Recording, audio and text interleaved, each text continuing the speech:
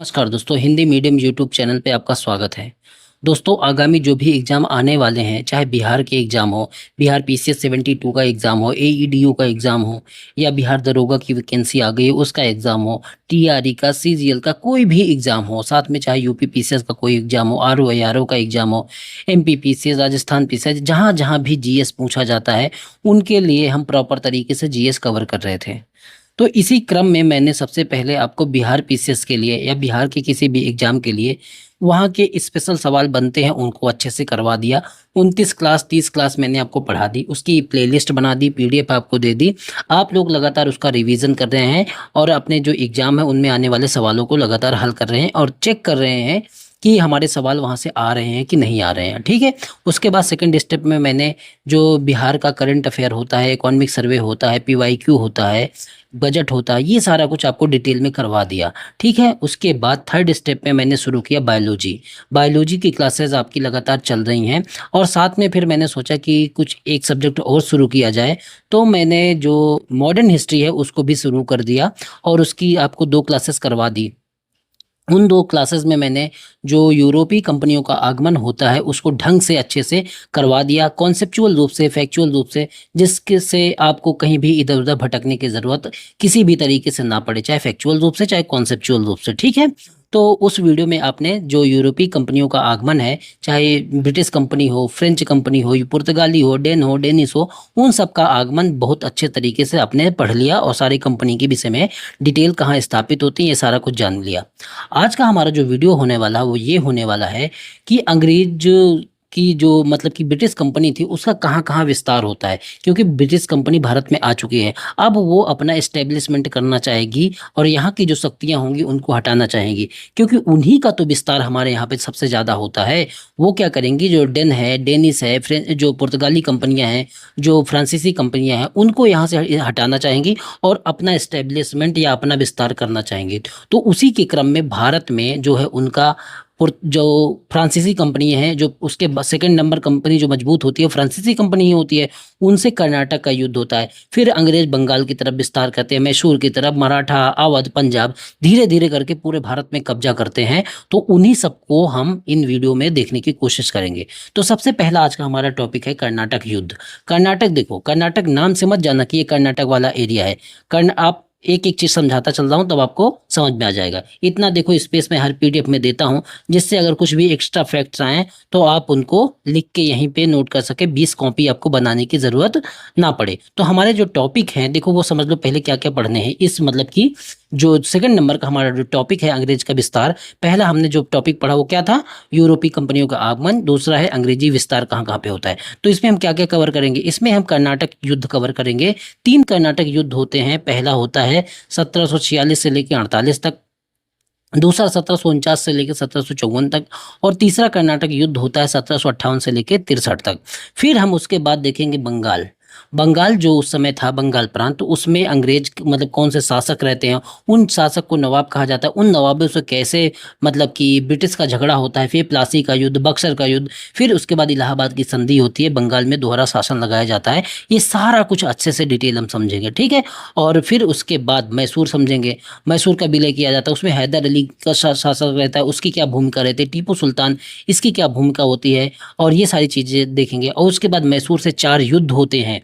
Anglo Mysore वार आपने पढ़ रखा होगा, 1767 से लेके 1769 तक, 1780 से लेके 1784 तक, 1792 से लेके 1700 मतलब कि 90 से 92 तक और 1799 में। देखो सबकी डेट पूछी जाती है, तो आपको डेट भी याद रखना है। उसका थोड़ा-सा मैं सब चीज़ बताता चलूँगा, लेकिन आपको सब कुछ याद करते हुए चलना है, ठीक है? उसके बाद हम मराठा पढ़ेंगे कि एंग्लो मराठा वार, 3 मराठा युद्ध होते हैं। उन तीनों युद्ध को देखेंगे, शिवाजी के बारे में, पेशवा के बारे में, सारा कुछ बैकग्राउंड, भूमिका सब कुछ देखते चलेंगे, जिससे आपके सवाल एक भी छूटे ना, ठीक है?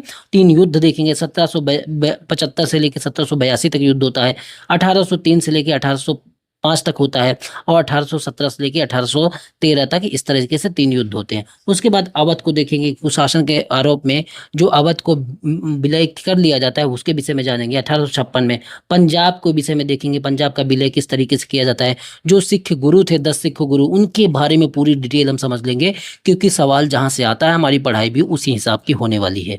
ठीक है, 2 युद्ध अवध पंजाब से होते हैं, एंग्लो पंजाब युद्ध जो होता है, तो देख लेंगे 1845 से 46 तक एक युद्ध होता है, और दूसरा युद्ध 1848 से लेकर 49 तक होता है। ठीक है, तो ये समझ लो, ये हमारा टॉपिक है पूरा का पूरा। जब इसको पढ़ लेंगे तो हमारा अंग्रेजी विस्तार का टॉपिक भी अच्छे से कंप्लीट हो जाएगा, कोई भी सवाल आपसे छूटेगा नहीं। इन वीडियो को बनाने के बाद जो, जैसे मैंने आपको पहला चैप्टर पढ़ा दिया, पहला चैप्टर मैंने यूरोपीय कंपनियों को आगमन पढ़ाया, उसको अच्छे से करो, मैं भी पढ़ता हूँ उसको, सब कुछ करता हूँ। उसके बाद मैं उसमें से और भी जो एग्जाम है उनसे जो सवाल पूछे गए हैं, अगर उसमें नहीं है तो उनकी भी लिस्ट बना के उनको भी जल्दी जल्दी समझाते हुए आपको दे दूंगा। एक भी फैक्ट आपका ना छूटे, मेरी कोशिश यहाँ तक रहती है कि आपको मेरे चैनल पे पढ़ने के बाद कहीं भी दाएं बाएं भटकना ना पड़े। ठीक है, तो चलो हमारा ये आज का टॉपिक शुरू करते हैं। पहला हमारा आज का टॉपिक है कर्नाटक युद्ध। तो ये देखो कर्नाटक है, ठीक है, आपको दिमाग से ये हटा दो कि कर्नाटक का मतलब आज का कर्नाटक वाला वो एरिया नहीं है। ये देखो, अगर ये भारत का नक्शा देखो कि इस तरीके का भारत का नक्शा होता है, तो ये जो एरिया आंध्र प्रदेश, तमिलनाडु, ये वाला पूरा एरिया है, ये यहाँ पे दक्कन का पठार है, तो ये वाला जो एरिया है ना, इसको बोला जाता था कर्नाटक क्षेत्र। तो इसी कर्नाटक क्षेत्र को में ये तीनों युद्ध होते हैं। ठीक है, तो पहली बात तो ये दिमाग में रखना। ठीक है, अब देखो कर्नाटक युद्ध में समझते समझते हम तीन सारी चीजें स्टेप बाय स्टेप समझेंगे। 2-3 व्यक्ति हैं, और इसमें होता है कि हर कर्नाटक युद्ध का एक पैटर्न है, मतलब कि कौन, जैसे व्यक्ति के रूप में क्लाइव होगा, डुप्ले होगा, कुछ व्यक्ति होंगे अंग्रेज के। देखो ये कर्नाटक युद्ध का संबंध, पहली बात तो दिमाग में रख लो, ये एंग्लो फ्रेंच युद्ध है, मतलब कि जो फ्रांसीसी थे और अंग्रेज थे, इनके बीच में युद्ध हुआ, उसी को हम कर्नाटक युद्ध बोलते हैं, कर्नाटक का युद्ध बोलते हैं। ठीक है, अब इसमें क्या होगा, बहुत हर बार युद्ध होगा और उसके बाद हर बार ट्रीटी होगी। तो इसी से हमारे सवाल बनते हैं कि कौन कौन से व्यक्ति इंपॉर्टेंट होते हैं उस युद्ध के समय, व्यक्ति कौन सा रहता है, और ये फिर उसके बाद जो युद्ध होता है उसके बाद कौन सी ट्रीटी होती है, उस युद्ध का कारण क्या होता है। यही 3-4 सवाल बनते हैं, उसमें कौन सा जीतता है कौन हारता है, ये सारे सवाल बनते हैं। ठीक है, चलो ठीक है, तो अब यहाँ से एक फैक्ट है, इसमें दिमाग में रख लो, मेरे सामने आया था तो मैंने लिख दिया था कि पहली बार अपनी सेनाओं को किराए पर देना किसने चालू किया, तो डुप्ले ने दिया। डुप्ले कौन था, ये अंग्रेजी मतलब कि एक अधिकारी था, क्लर्क के रूप में आया था, बाद में सेना का गवर्नर बन जाता है, तो ये दिमाग में रखना। ठीक है, अब देखो पहले कर्नाटक युद्ध से हम चीजें शुरू करते हैं। पहला कर्नाटक युद्ध जो होता है ये 1746 से लेकर 1748 तक होता है। इस युद्ध का जो प्रत्यक्ष कारण था, प्रत्यक्ष रूप से ये ऑस्ट्रेलिया के उत्तराधिकार के मुद्दे पर अंग्रेजों फ्रांसीसियों के विरुद्ध होता था। देखो प्रथम जो कर्नाटक युद्ध था, इसका कारण भारत में नहीं था। ऐसा नहीं कि भारत और अंग्रेजों के बीच में झगड़ा चल रहा था, इसकी वजह से भारत में युद्ध हो गया। ये जो फ्रेंच और ब्रिटिश लोग थे, इनका पूरी दुनिया में कब्जा था। अब इनका दुनिया में जहां जहां भी कब्जा होगा, वहां वहां अपने क्षेत्र को, मतलब कि वहां के शासक को या वहां के हर चीज को ये प्रभावित करने की कोशिश करते हैं। ऑस्ट्रिया जो एक मतलब कि यूरोपीय ही देश है, वहां पे उत्तराधिकार को लेके कौन राजा बनेगा, उसको लेके बहुत ज़्यादा खींचातानी चल रही थी। तो उसी में यूरोप में जो फ्रेंच हैं, जो फ्रांसीसी लोग हैं, ब्रिटिश लोग भी कूद जाते हैं, और दोनों को इसी बात को लेके दोनों के बीच में वहाँ झगड़ा होता है कि कौन राजा बनेगा। ठीक है, तो उसी का जो असर दिखता है, वो जहाँ जहाँ पे फ्रेंच और जो अंग्रेज रहते हैं उनकी बस्तियाँ रहती हैं, वहाँ पे भी असर दिखेगा। इस तरीके से भारत में दोनों की कंपनियां रहती हैं, तो यहाँ भी असर दिखता है, यहाँ भी इनकी लड़ाई चालू हो जाती है। ठीक है, तो देखो इसमें पार्टी क्या कौन से रहते हैं, तो एक दिमाग में रखो कि देखो, एक तो ये फ्रेंच और ब्रिटिश के बीच में युद्ध होगा। उस समय कर्नाटक वाला जो एरिया है भारत में, तो उसका नवाब रहता है अनवरुद्दीन। कौन नवाब रहता है, अनवरुद्दीन, और फ्रेंच और ब्रिटिश के बीच में तो युद्ध होता है। अब युद्ध शुरू कैसे होता है, जैसे ही वहां पे यूरोप में उत्तराधिकार का युद्ध शुरू हो जाता है ऑस्ट्रिया के लिए, तो वहां पे यहाँ पे जो ब्रिटिश अधिकारी एक रहता है, नेवल अधिकारी रहता है, बार्नेट इसका नाम रहता है भारत में। ये क्या करता है, फ्रांसीसी जो जलपोत रहते हैं उनको पकड़ लेता है, नेवल शक्ति रहती है दोनों, उसको तो ब्रिटिश अधिकारी बार्नेट जो रहता है, ये फ्रांसीसियों के जलपोत को पकड़ लिया। शुरुआत लड़ाई की यहाँ से हो जाती है। अब क्या होता है कि इसके बाद डुप्ले जो रहता है, फ्रांसीसी जो गवर्नर रहता है डुप्ले, ये क्या करता है, हाँ डुप्ले फ्रांसीसी रहता है, क्लाइव जो है ब्रिटिश है, डुप्ले फ्रांसीसी है। ठीक है, ये दिमाग में रखना। अभी मैंने शायद कुछ जल्दीबाजी में उल्टा बता दिया, तो आपको दिमाग में ये रखना है। तो इसके बाद डुप्ले क्या करता है कि देखो आप, ये ब्रिटिश जो अधिकारी है, ये बार्नेट है, ये क्या काम किया कि हमारे जहाज़ों को पकड़ लिया। तो ये डुप्ले क्या करता है, कर्नाटक के जो नवाब उस समय रहते हैं अनवरुद्दीन, इससे गुहार लगाता है कि भाई आप इस मामले में दखल दो, क्योंकि ये हमसे लड़ाई कर रहे हैं। अनवरुद्दीन जो था वो ब्रिटिश के पक्ष में ज़्यादा रहता था, तो इसकी वजह से वो कोई ध्यान नहीं देता है, ऐसे टाल देता है। अब जब टाल दिया तो डुप्लेस के पास क्या ऑप्शन रह गया, तो डुप्ले क्या करता है, उस समय मॉरिशस का जो गवर्नर रहता है ला बुर्दाने, इसका ला बुर्दाने नाम रहता है, जो वो मॉरिशस का गवर्नर रहता है, ये भी फ्रांसीसी रहता है, और इसका मॉरिशस में भी कब्जा फ्रांसीसियों का रहता है। तो ये उससे कहता है डुप्ले कि भाई आप आके सहायता करो, नहीं तो यहाँ पे ये हमारे जो ब्रिटिश लोग हैं ये हमको जीने नहीं देंगे। तो ला बुर्दाने क्या करता है कि वो 3,000 की सैनिक लेके आता है और पूरे के पूरे मद्रास क्षेत्र पे कब्जा कर लेता है डुप्ले के साथ मिलकर। और जब यहाँ कब्जा कर लेगा तो अब देखो फ्रांसीसी मजबूत होने लगे। अब जो अनवरुद्दीन रहेगा वो हस्तक्षेप कर देगा, अभी तक तो नहीं किया, लेकिन जैसे ही फ्रांसीसी मजबूत होने लगेंगे वो हस्तक्षेप करेगा। और जैसे ही हस्तक्षेप करेगा उसके बाद जो ये ला बुर्दाने रहता है, ये क्या करता है, 40,000 पाउंड लेके मद्रास ब्रिटिश को दे देता है। डुप्ले खाली हाथ रह जाता है, क्योंकि वहां का जो गवर्नर है वो भी फ्रांसीसी रहता है, लेकिन बेच बाच के वो अपना निकल लेता है। इसके बाद क्या देखता है डुप्ले, डुप्ले की शक्ति वहां पे मजबूत हो चुकी थी। डुप्ले क्या करता है, फिर उसको कब्जा कर लेता है अकेले ही। ला बुर्दाने के हट जाने के बाद भी डुप्ले उसको कब्जा कर लेता है।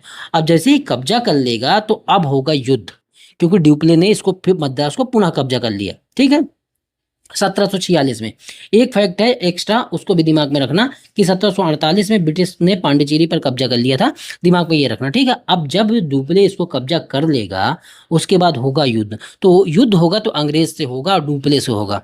तो इसमें क्या होगा कि अनवरुद्दीन जो रहेगा एक विशाल भारतीय सेना मतलब कि भेजेगा मद्रास से फ्रांसीसियों को बाहर निकालने के लिए। और ये जो युद्ध होगा आपने 50 बार पढ़ रखा, इसको बोलते हैं सेंट थोमे का युद्ध। ठीक है, किसका युद्ध बोलते हैं, सेंट थोमे का युद्ध। या अड्यार नदी के किनारे होगा, इसकी वजह से इसका नाम पड़ जाता है अड्यार युद्ध। तो ठीक है, ये आपको दिमाग में रखना। अब देखो ये किसके किसके बीच में होता है। अनवरुद्दीन जो वहां का नवाब रहता है वो अपने बेटे को भेजता है महफूज खान, और 10,000 की सेना लेकर भेजता है। और इधर जो मतलब कि जो फ्रेंच लोग होते हैं उनका जो हेड होता है या जो लीड करता है उसका नाम होता है पैराडाइस। तो ये फ्रांसीसी गवर्नर उस समय हो जाता है पैराडाइस, तो ये लीड करता है। ठीक है, इधर फ्रांस की तरफ से। तो जब दोनों में युद्ध होता है, इधर 10,000 की सेना और इस पैराडाइस के पास केवल 930 सेना होती है, टोटल 930। और उसमें भी केवल फ्रेंच जो होते हैं 230 होते हैं, 700 तो भारतीय होते हैं इसकी सेना में। फिर भी जो है ये विजयी हो जाता है, और इस युद्ध में महफूज खान जो अनवरुद्दीन का बेटा था वो मारा जाता है, और फ्रांसीसी विजयी हो जाते हैं। लेकिन उसके बाद होता क्या है, जैसे ही ऑस्ट्रिया का उत्तराधिकार का वहाँ का युद्ध जो है ढीला पड़ता है, वहाँ की चीज़ें सॉल्व होती हैं, तो यहाँ पे भी संधि कर ली जाती है, और ये युद्ध की समाप्ति होती है कर्नाटक युद्ध की। ठीक है, कर्नाटक युद्ध की समाप्ति, यहाँ पे भी चीजें मैनेज होने लगती है। तो बाद में इस युद्ध की समाप्ति एक संधि के माध्यम से होती है। ये हर युद्ध का पैटर्न है कि पहले युद्ध होगा फिर एक संधि होगी। एक सलाह सैपेल की संधि 1748 में होती है, जिसके अंतर्गत अंग्रेजों को मद्रास प्राप्त हो जाता है, और अंग्रेज जो है फ्रांसीसी एक बस्ती अमेरिका में रहती है लुइसबर्ग, उसको कब्जा कर लेते हैं। तो दोनों एक दूसरे का क्षेत्र लौटा देते हैं। फ्रांसीसी जो भारत में मद्रास कब्जा किए थे वो ब्रिटिश को लौटा देंगे, और जो ब्रिटिश अमेरिका में लुइसबर्ग को कब्जा किए थे, जो फ्रांसीसी बस्ती थी, उसको लौटा देंगे। इस तरीके से ये युद्ध समाप्त होता है एक्स-ला-सैपेल की संधि से 1748 में। तो पहला कर्नाटक युद्ध कब होता है, किस संधि से समाप्त होता है। ठीक है, एक एक फैक्ट मैंने आपको बता दिया, इसके बाद भी आपसे सवाल नहीं बनता तो फिर किसकी कमी है आप खुद रियलाइज करो। ठीक है, तो ये हमारा हो गया पहला कर्नाटक युद्ध, ये सारा कुछ हमने देख लिया। अब देखो दूसरे कर्नाटक युद्ध पे आते हैं। दूसरा जो कर्नाटक युद्ध होता है वो होता है 1749 से लेकर 1754 तक। अब इसका कारण यूरोप में नहीं रहता, इसका कारण भारत में ही रहता है। और ये जो युद्ध होता है ये कर्नाटक और हैदराबाद के उत्तराधिकार के लिए होता है। कर्नाटक और हैदराबाद में उत्तराधिकार का क्या मतलब है कि कर्नाटक में जो नवाब था, अब वहां पे कोई दूसरा आदमी नवाब बनना चाहता है, और जो हैदराबाद में नवाब था वहां पे भी कोई दूसरा आदमी नवाब बनना चाहता है। दूसरा जो नवाब हो बनना चाहता है वो राज परिवार का, या जो वहाँ के नवाब होंगे उन्हीं के परिवार का आदमी रहता है। तो एक को ब्रिटिश सपोर्ट करेंगे और दूसरे को फ्रेंच सपोर्ट करेंगे। तो ये इसी युद्ध को भी कर्नाटक युद्ध बोला जाता है, क्योंकि ये भी फ्रेंच और ब्रिटिश के बीच में संघर्ष का मतलब है। तो ये हैदराबाद उत्तरा और कर्नाटक के उत्तराधिकार का युद्ध, लेकिन सपोर्ट एक को करते हैं ब्रिटिश और दूसरे को करते हैं फ्रेंच लोग, तो उनका भी युद्ध बन जाता है। तो ये इसको बोलते हैं द्वितीय कर्नाटक युद्ध, जो 1749 से लेकर 54 तक चलता है। अब स्टेप बाय स्टेप एक समझो। देखो कौन कौन से इसमें पार्टी रहते हैं या ग्रुप रहते हैं। कर्नाटक में उस समय नवाब रहता अनवरुद्दीन, जो अभी तक नवाब था, ठीक है। और दूसरा इसका विरोधी रहता है चंदा साहब, ये नवाब बनना चाहता है कर्नाटक का। अनवरुद्दीन को जो है ब्रिटिश सपोर्ट कर ही रहे थे, और ये फ्रांसी जो चंदा साहब है जो नवाब बनना चाहता है, इसको फ्रांसीसी सपोर्ट करते हैं। तो दिमाग में ये दोनों फैक्ट आपको रखना है कि जो चंदा साहब है उसको फ्रांसीसी सपोर्ट करते रहे थे और ये नवाब बनना चाहता था, और अनवरुद्दीन जो है ये नवाब था और ये बनना चाहता, मतलब कि ब्रिटिश इसको सपोर्ट कर रहे थे। दूसरा हैदराबाद का जो एरिया था वहां पे निजाम नासिर जंग, जो वहां का नवाब था, निजाम था, और इसको सपोर्ट कर रहे थे ब्रिटिश। और विरोधी जो मुजफ्फर जंग था, ये बनना चाहता था वहां का निजाम, इसको सपोर्ट कर रहे थे फ्रांसीसी। तो ग्रुप किस तरीके का बना। ग्रुप एक देखो, अनवरुद्दीन ये मतलब कि कर्नाटक वाला, नासिर जंग हैदराबाद वाला, और ब्रिटिश, तीन का ग्रुप इनका बन गया। और दूसरा एक ग्रुप बन गया चंदा साहब का कर्नाटक वाला, और मुजफ्फर जंग जो है हैदराबाद का, और फ्रांसीसी। तो तीन तीन का ये ग्रुप बन जाता है। अब देखो अब लड़ाई शुरू होगी। अब जो नवाब है वो तो लड़ाई शुरू नहीं कर रहा, जो नवाब बनना चाहता है वो लड़ाई शुरू करेगा। तो जैसे इन तीनों का, फ्रांसीसी, चंदा साहब और मुजफ्फर जंग का एक गुट बन जाता है। और ये जैसे एक गुट बनेगा तो ये क्या करेंगे, 1749 में ये युद्ध कब शुरू होता है, 1749 से लेकर 54 तक। तो 1754 में अब एक एक जगह पे, कर्नाटक में फिर हैदराबाद में, ये अपना कब्जा करना शुरू करेंगे। तो फ्रांसीसी, मुजफ्फर जंग और चंदा साहब, ये तीनों मिलके एक संधि करते हैं कि भाई हम तीनों मिलके लड़ेंगे, वहां के शासक को हराएंगे, और फिर फ्रेंच लोगों को कुछ बस्तियां या कुछ जगह दे दी जाएंगी, ठीक है। इस तरीके से युद्ध होता है। जैसे ही तीनों इकट्ठा होते हैं, तीनों संधि करते हैं, और फिर अंबूर की एक लड़ाई लड़ते हैं 1749 में। और अनवरुद्दीन जो कर्नाटक का शासक था, एक एक को निपटाएंगे, पहले कर्नाटक को निपटाएंगे फिर हैदराबाद की तरफ जाएंगे। अंबूर की लड़ाई जो 1749 में होती है, इसमें अनवरुद्दीन को निपटा देते हैं, अनवरुद्दीन को मार देते हैं। यहाँ से अनवरुद्दीन हार जाता है, और चंदा साहब जो नवाब बनना चाहता था उसको नवाब बना दिया जाता है। और इसी खुशी में जो संधि होती है, मतलब कि संधि की गई थी इन तीनों के बीच में, चंदा साहब पांडिचेरी के आसपास का जो 80 गांव है फ्रांसीसियों को दे देते हैं, क्योंकि यहाँ चंदा साहब बनता है। मुजफ्फर जंग तो कुछ चाहिए नहीं, उसको तो हैदराबाद चाहिए, वो निजाम से लड़ेगा, तो वो हैदराबाद क्षेत्र प्राप्त करेगा, तो वो भी फ्रांसीसियों को कुछ देगा। तो ठीक है, तो फ्रांसीसियों को ये दे दिया। तो कर्नाटक के एरिया में फ्रांसीसियों को सफलता मिल जाती है। अब देखो यहाँ पे तो ये जीत गए। अब दूसरे स्टेप में आओ। अब दूसरा स्टेप ये होता है, देखो दूसरा स्टेप की जो संयुक्त सेना, यही तीनों की, मतलब कि फ्रांसीसी और मुजफ्फर जंग और चंदा साहब, ये तीनों मिलकर क्या करते हैं, हैदराबाद में नासिर जंग को पराजित कर देते हैं, वहां भी पराजित कर देते हैं। और मुजफ्फर जंग को नवाब या निजाम बनाने में सफलता इनको मिल जाती है उधर भी। और निजाम क्या करता है, फ्रांसीसी को आप पांडिचेरी के आसपास का कुछ क्षेत्र, मसूलीपट्टनम, ये सब ये भी और दे देता है। इस टाइम पे जो ये टाइम फ्रेम था, इस समय जो फ्रांसीसी शक्ति थी ना, अपने चरमोत्कर्ष पे थी डुप्ले के कारण, ठीक है। इस समय तो जो कर्नाटक युद्ध पहला दूसरा होता है, उस समय डुप्ले जो रहता है, ये फ्रांसीसी शक्ति इसके समय अपने चरम पर रहती है, क्योंकि ये कर्नाटक भी जीत लेते हैं, हैदराबाद भी जीत लेते हैं। अब देखो जब इतना सब कुछ हो जाता है, तो पैसा भी उधर खर्च हो ही रहा था फ्रांसीसियों का, क्योंकि वहाँ फ्रांसीसी एक सरकारी कंपनी थी, तो उनका जो पैसे थे उनके खर्च हो ही रहे थे। लेकिन जब यहाँ पे जो ब्रिटिश लोग देखते हैं कि यार ये फ्रांसीसियों को तो पूरा कब्जा हुआ चला जा रहा, अब हम क्या करें। तो इसी समय पे एक बहुत महत्वाकांक्षी व्यक्ति रहता है, क्लाइव। वो कंपनी में एक क्लर्क के रूप में, क्लर्क की भर्ती निकलती है भारत में, तो वो क्लर्क के रूप में भारत में बनने आता है। तो यहीं पे वो क्लर्क रहता है। तो जैसे ही वो क्लर्क रहता है, धीरे धीरे क्या होता है, वो कंपनी में मजबूत पद पे अपनी योग्यता से मजबूत होता चला जाता है। तो वहां पे जाके वो गवर्नर बन जाता है। तो इसी क्लाइव के नेतृत्व में, बाद में यही मद्रास में क्लाइव था, तो इसी क्लाइव के नेतृत्व में, रॉबर्ट क्लाइव के नेतृत्व में वो क्या करते हैं, कर्नाटक की जो राजधानी रहती है, ये हैदराबाद का छोड़ो, ये आते हैं कर्नाटक। और कर्नाटक की जो राजधानी अर्काट रहती है, उसको चारों तरफ से घेर लेते हैं। इसी को बोलते हैं अर्काट का घेरा डालना, और ये 1749 में ही करते हैं। और जैसे अर्काट का घेरा, क्योंकि अभी ये लोग तो हैदराबाद की तरफ थे, तो अर्काट का घेरा डाल के ये लोग क्या करते हैं, यहाँ का जो शासक चंदा साहब रहता है उसको निपटा देते हैं। और चंदा साहब को हत्या करके, उसका जो अनवरुद्दीन, जिसकी हत्या चंदा साहब ने मिल के ब्रिटिश उसके मतलब कि जो फ्रेंच और मुजफ्फर जंग था उसके साथ मिलकर की थी चंद अनवरुद्दीन की, उसी के बेटे मोहम्मद अली को ये फिर से दोबारा नवाब बना देते हैं। कौन? अंग्रेज। यहाँ पे ब्रिटिश फिर जीत जाते हैं कर्नाटक में। आप देखो जैसे ही यहाँ पे हार हो जाती है ब्रिटिश की, मतलब कि फ्रेंच की, तो यहाँ हार गई क्योंकि कर्नाटक में फिर से उनका शासन हो गया। तो वहाँ की सरकार क्या करती है फ्रेंच की, क्योंकि ये सरकारी कंपनी थी जो है फ्रेंच, तो ये क्या करते हैं डुप्ले को बहुत मतलब कि कहते हैं कि आपने बहुत ज़्यादा पैसा खर्चा करवा दिया कंपनी का, तो इसलिए आप आ जाओ, और डुप्ले को वापस बुला लेते हैं और इसके स्थान पर एक नए गवर्नर को मतलब कि भारत में भेजते हैं, गोंडेहू को। और यही गोंडेहू आके 1754 में इस एक मतलब की संधि करता है जिसको पांडिचेरी की संधि कहते हैं, और यहीं से द्वितीय कर्नाटक युद्ध समाप्त होता है कि लड़ाई झगड़ा बंद करो, संधि करो, जिसका जो क्षेत्र वापस करके चुपचाप हो जाओ, और क्योंकि बहुत ज़्यादा पैसा खर्चा हो चुका था। तो ये यहाँ पे सेकेंड जो कर्नाटक युद्ध है यहाँ पे समाप्त हो जाता है पांडिचेरी की संधि के माध्यम से। एक एक डेट याद रखना है, एक एक संधि याद रखना है, और जितना कॉन्सेप्ट या जो बताता चला जा रहा फ्लो में सब कुछ याद रखना, नहीं तो आपके सवाल गलत होंगे फिर मत कहना, ठीक है। अब आओ तीसरे कर्नाटक युद्ध पे। तीसरा जो कर्नाटक युद्ध होता है ये 1758 से लेकर 1763 तक चलता है। अब इसका कारण भी भारत में नहीं था, इसका कारण फिर यूरोप में हो जाता है। यूरोप में होता है सप्तवर्षीय युद्ध, उसमें प्रशा रहता है, मतलब कि जो जर्मनी टाइप का एरिया रहता है, और जो ऑस्ट्रिया, इन दोनों के बीच में युद्ध होता रहता है। अब इनका जो सप्तवर्षीय युद्ध होता रहता है तो एक को फ्रांस सपोर्ट करता है, एक को ब्रिटिश सपोर्ट करते हैं।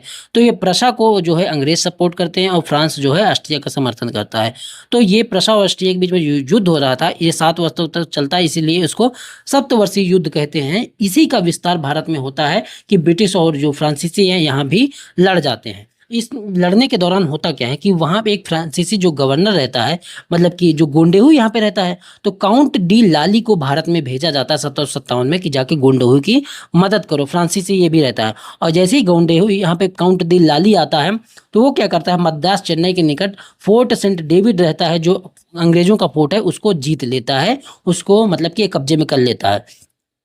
उधर प्लासी युद्ध के पश्चात ब्रिटिश कमांडर क्या करता है, कर्नल फोर्ट क्या करता है, उत्तरी सरकार उड़ीसा और मसूलीपट्टनम जहाँ पे फ्रेंच बस्ती रहती है उसको कब्जा कर लेता है। तो दोनों एक दूसरे की बस्तियां कब्जा करना शुरू कर देते हैं।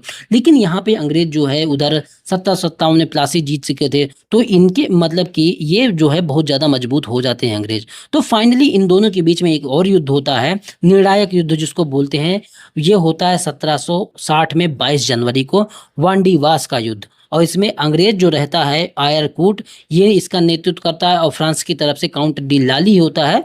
इन दोनों के बीच में लड़ाई होती है, और 1760 में ये जो लाली होता है, काउंट डी लाली, ये हार जाता है और आयरकूट जीत जाता है। फाइनली यहाँ फ्रेंच पूरी तरीके से पराजित हो जाते हैं, और यही तृतीय कर्नाटक युद्ध जो होता है यहाँ पे समाप्त होता है। और एक संधि फिर होगी जिसको बोलते हैं पेरिस की संधि 1763 में। और ये जैसी पेरिस की संधि वहाँ पे होती है तो यहाँ पे भी मतलब यूरोप में होती है, उसी यूरोप की संधि के माध्यम से यहाँ पे भी ये युद्ध समाप्त हो जाता है। और ये कहा जाता है जो पांडिचेरी है फ्रांसीसियों को वापस दे दिया जाता है, लेकिन इस शर्त से कि दोबारा इसकी तुम किलेबंदी नहीं करोगे। इस शर्त के साथ ही जो मतलब कि फ्रांसीसी रहते हैं उनको ये दे दिया जाता है अंग्रेजों द्वारा, क्योंकि यहाँ पे तो अंग्रेज जीत ही चुके थे। बस ये कह दिया कि वहाँ संधि हो रही तो तुम्हारा पांडिचेरी का जो क्षेत्र है उसको तो हम लौटा रहे, लेकिन इस शर्त से लौटा रहे कि दोबारा तुम इस तरह का मतलब की गलती नहीं करोगे और मतलब कि इस तरह की लड़ाई नहीं करोगे। तो देखा आपने, तीनों जो फ्रांसीसी और जो अंग्रेज के बीच में तीनों युद्ध हुए कर्नाटक युद्ध, उनको हमने ढंग से देख लिया और एक एक की इन्फॉर्मेशन ढंग से ले ली कि आपका कोई सवाल गलत ना हो। देखते रहो, ठीक है। और इतनी जगह मैंने आपको दी है पीडीएफ में, और कुछ भी फैक्ट एक्स्ट्रा आता है तो उसको मतलब कि लिख के याद करो। इस सब का शॉर्ट नोट्स बनाओ, लिखो, बार बार लिखो, जब तक याद ना हो जाए तब तक मतलब चीज़ें करते रहो, ठीक है। आप देखो कुछ और इसमें इन्फॉर्मेशन है, अंग्रेज अच्छा जीते क्यों, ये हमारा मतलब कारण, मतलब कि अगला जो टॉपिक है वो यही है कि अंग्रेज यहाँ पे जो कर्नाटक युद्ध हुआ, कर्नाटक युद्ध जो फ्रेंच और अंग्रेजों के बीच में, ऐसा क्या था कि जो अंग्रेज हैं वो जीत गए। तो उसका कारण क्या है, देखो फ्रेंच ईस्ट इंडिया जो कंपनी थी ये सरकारी कंपनी थी, तो फ्रांसीसी सरकार से उतना समर्थन इसको प्राप्त नहीं हो पाता था जितना अंग्रेजों को होता है, क्योंकि ये प्राइवेट कंपनी थी और प्राइवेट कंपनी को थोड़ा सा इसमें ब्रिटिश जो मतलब कि महारानी का भी था, हिस्सा। तो ये क्या करते थे, ब्रिटिश महारानी थोड़ा सा ज़्यादा वाणिज्य की तरफ मतलब कि ध्यान देते थे ब्रिटिश लोग, तो इसलिए इनको तो समर्थन प्राप्त हो जाता था और ये मजबूत भी होते चले जा रहे थे। और फ्रेंच को जो वहाँ की सरकार है वो ज़्यादा समर्थन नहीं करती थी और वहीं से सारे निर्णय लेती थी, पॉलिसी पैलेसिस बना रहता था, अच्छे से निर्णय नहीं हो पाता था। इसकी वजह से जो है फ्रांसीसी उतनी कंपनी मजबूत नहीं हो पाए। योग्य कमांडर की कमी, जब तक डुप्ले था फ्रांसीसी तक के अपने चरम स्तर पे थी, लेकिन जैसे सेकंड मतलब कि अर्काट का घेरा हो जाता है, डुप्ले को बिना बात के बुला लिया जाता है, और जैसे डुप्ले को बुला लिया जाएगा तो फिर योग्य कमांडर कहाँ रह जाएगा, उसके बाद तो लगातार हारेंगे ही ये। ठीक है। फ्रांसीसियों के लिए आर्थिक स्रोत सिर्फ दक्षिण भारत में था, जबकि अंग्रेजों के पास दक्षिण के साथ बंगाल वगैरह भी ये जीत लेते हैं। तो इनके पास जो आर्थिक शक्ति थी, और जिसकी आर्थिक शक्ति मजबूत हो जाती है वही हर जगह मजबूत होने लगता है। तो इनके पास दो दो तीन तीन ऑप्शन हो गए, फ्रांसीसियों के पास सिर्फ एक ही ऑप्शन था। नौसेना अंग्रेजों की सबसे अच्छी थी, फ्रांसीसियों से तो बहुत ही बेहतर थी। तो सबसे इंपॉर्टेंट कारण ये भी हो जाता है। प्रशासनिक क्षमता अंग्रेजों की बढ़िया थी फ्रांसीसियों से। और देखो, फ्रांस का एंगेजमेंट यूरोप अमेरिका में ज़्यादा था, भारत में कम। तो भारत की तरफ ये उतना ध्यान ही नहीं देते थे जितना फ्रेंच लोग जो है यूरोप और अमेरिका पे अपनी बस्ती बसाने में ज़्यादा ध्यान देते थे। ठीक है। तो यही सब कारण थे जिसकी वजह से ये जो फ्रेंच लोग थे ये हार गए और अंग्रेज जो है जीत गए इस कर्नाटक युद्ध में। ठीक है। तो इस तरीके से पूरा का पूरा कर्नाटक युद्ध जो है समाप्त होता है। कुछ फैक्ट है वो भी आप मतलब कि मैंने लिख दिया है, वो भी आप दिमाग में रखना है। सहायक संधि का जन्मदाता किसको माना जाता है, डुप्ले को। पहली बार किसके साथ सहायक संधि हुई थी, अवध के साथ। ठीक है, यह याद रखना। लेकिन थोड़ा सा और इसमें एक ट्विस्ट है कि वेलेजिली के साथ अगर पहली बार सहायक संधि पूछी जाए तब आप बताएंगे कि हैदराबाद के साथ पहली बार वेलेजिली ने सहायक संधि की थी। लेकिन पहली बार टोटल ओवरऑल किसके साथ सहायक संधि होती है, तो अवध के साथ। बाकी सहायक संधि के बारे में सारा कुछ हम समझेंगे। ठीक है। भारत में ब्रिटिश राज का संस्थापक किसको बोला जाता है, क्लाइव को। 1765 में अंग्रेज सर्वप्रथम किस जो जनजाति है उसके संपर्क में आए थे, तो खासी जनजाति थी। ठीक है। तो मैंने इस वीडियो में आपको बहुत सारी इन्फॉर्मेशन दे दी है। आपको करना सिर्फ इतना है कि 9667305679 इस नंबर पर मैसेज करके आप मतलब कि टेलीग्राम से जुड़ सकते हैं और ये पीडीएफ लेके आप लोग लगातार अपना रिवीजन कर सकते हैं। जल्दी जल्दी क्लासेस होंगी। ठीक है। एक काम यार आप लोग ये नहीं करते कि जिस तरीके से मैं पढ़ाता हूँ, इंडिपेंडेंट क्रिएटर समझ लीजिए, और सारा कुछ अपने आप से लिखता हूँ, आप लोगों के लिए इतनी मेहनत कर रहा, आप लोग वीडियो को थोड़ा सा प्रमोट नहीं करते हैं। अगर प्रमोट नहीं करोगे, शेयर नहीं करोगे, लाइक नहीं करोगे, कमेंट नहीं करोगे, तो मेरा मोटिवेशन डाउन होता है। फिर मेरा वीडियो बनाने का मन नहीं करता है। कि कितना भी कोशिश कर लो, जब लोग देख ही नहीं रहे हैं, ज़्यादातर लोगों के पास पहुँच ही नहीं रहा है, तो कोई क्यों वीडियो बनाना चाहेगा। मेरा चैनल भी मोनेटाइज नहीं है, तो बहुत सारी चीज़ों को मुझे खुद करना पड़ता है। उसके बाद कुछ चीज़ें आप लोग सपोर्ट नहीं करते हैं तो मोटिवेशन डाउन होता है। तो इतनी कोशिश आपसे रिक्वेस्ट है कि ये सब चीज़ें करो, शेयर कर दो, कमेंट करो। वीडियो अच्छा लगता है तो आप लोग बोलते हैं कि अच्छा लगता है वीडियो, लेकिन वीडियो में जाके कमेंट वगैरह नहीं करते हैं, अपने दोस्तों में शेयर नहीं करते हैं, लाइक नहीं करते हैं, बस केवल पीडीएफ मांगते रहते हैं। तो पीडीएफ तो मैं जो चैनल है या जो टेलीग्राम चैनल वहाँ पे तो डाल ही देता हूँ, लेकिन कम से कम आप लोग से इतनी रिक्वेस्ट है ये सब काम करो, तभी मेरा भी मन करेगा। नहीं तो फिर मैं अपनी पढ़ाई में लग जाऊँगा, ये चीज़ें बनाने में थोड़ा सा पीछे हो जाऊँगा, मतलब इनको सबको डिले कर दूंगा, मैं अपनी पढ़ाई करने लगूंगा। क्योंकि मुझे अगर कुछ रास्ता दिखेगा तभी तो मैं वीडियो बनाऊंगा। आपसे जेन्युइन होकर बातें करता हूँ, मैं घुमा फिरा के बातें नहीं कर रहा कि आपको जेन्युइन फैक्ट दे रहा, जेन्युइन मतलब कि कुछ सारी चीज़ें इकट्ठा करके दे रहा। तो थोड़ा सा फर्ज आपका बनता है कि मुझे भी मतलब कि सपोर्ट मिले थोड़ा सा। आप लोग भी प्रमोट करिए कि हाँ ये टीचर अच्छा पढ़ाता है। तो आप लोगों की इतनी छोटी सी जिम्मेदारी, और मैं कुछ उस तरीके से थोड़ी मॉनिटरी आपसे हेल्प थोड़ी मांग रहा कि आप मुझे पैसा दो, इस तरीके की हेल्प तो मांग नहीं रहा। सिर्फ इतना ही कह रहा, थोड़ा सा इस तरीके से करोगे तो मुझे भी मोटिवेशन आएगा, मेरा भी मन करेगा वीडियो बनाने के। तो इतना ही आपसे कहता हूँ। तो इतना थोड़ा बहुत चीज़ें आप करो, बाकी चीज़ें तो मतलब कि पढ़ाई वाली चीज़ें मेरे पे छोड़ दो। आप लोग से जो कह रहा बस उतना अगर आप करते हैं तो फिर मेरा मन करता है वीडियो का 2-2 4-4 वीडियो। तो कितना ज़्यादा लिखना पड़ता है, मैं बैठ के 3-3 घंटा 4-4 घंटा लिखता हूँ तब जाके वीडियो बनाता हूँ। तो वो काम मैं कर लूँगा, फिर भी कर लूँगा, क्योंकि मेहनत तो करनी पड़ेगी, चाहे आप हो चाहे मैं हूँ। जो जिस मतलब की पोजीशन पे है, अगर मेहनत नहीं करेगा तो वो उस पोजीशन पे नहीं रह पाएगा और नीचे ही जाएगा। ठीक है। तो वो काम थोड़ा बहुत आप मतलब कि मदद करो, मदद इस तरीके से करो, शेयर करो, लाइक करो, उसमें कमेंट कर सकते हो। ठीक है। तो चलो अपना काम आप करो, मैं अपना काम करता हूँ, और हम मतलब कि मिलते हैं अगले वीडियो में। यहाँ पे नंबर में मैसेज करके आप पीडीएफ ले लेना, टेलीग्राम से जुड़ जाना, वहीं पे पीडीएफ डाल देता हूँ जी। ठीक है। और उसको देखते हुए रिवीजन कर लेना। ठीक है। ये सारी क्लासेस आप हिंदी मीडियम नाम का यूट्यूब चैनल है, वहीं पे ये सारी क्लासेस देख रहे हैं। चलो मिलते हैं अगले वीडियो में। धन्यवाद।